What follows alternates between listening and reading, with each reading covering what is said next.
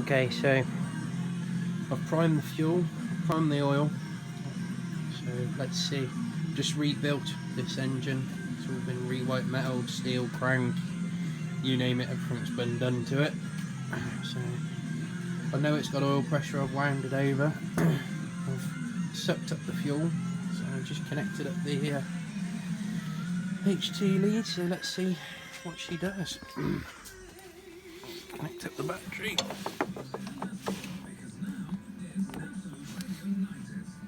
Okay. Okay.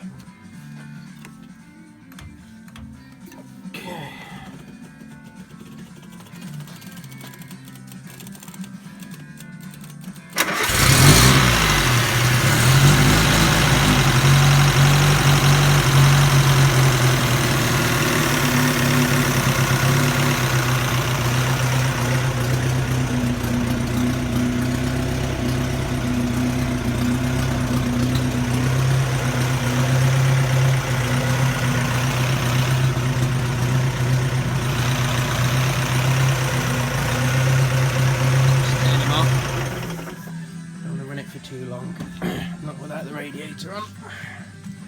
But yeah, pleased with that.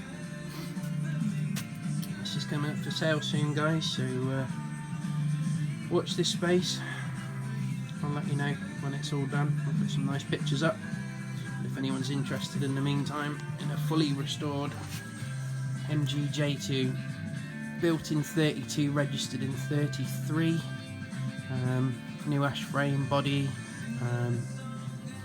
So it's got a steel crank, a slightly hotter cam.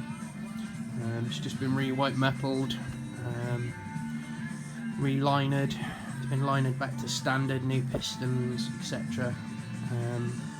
Dynamo redone. Yeah, it's been.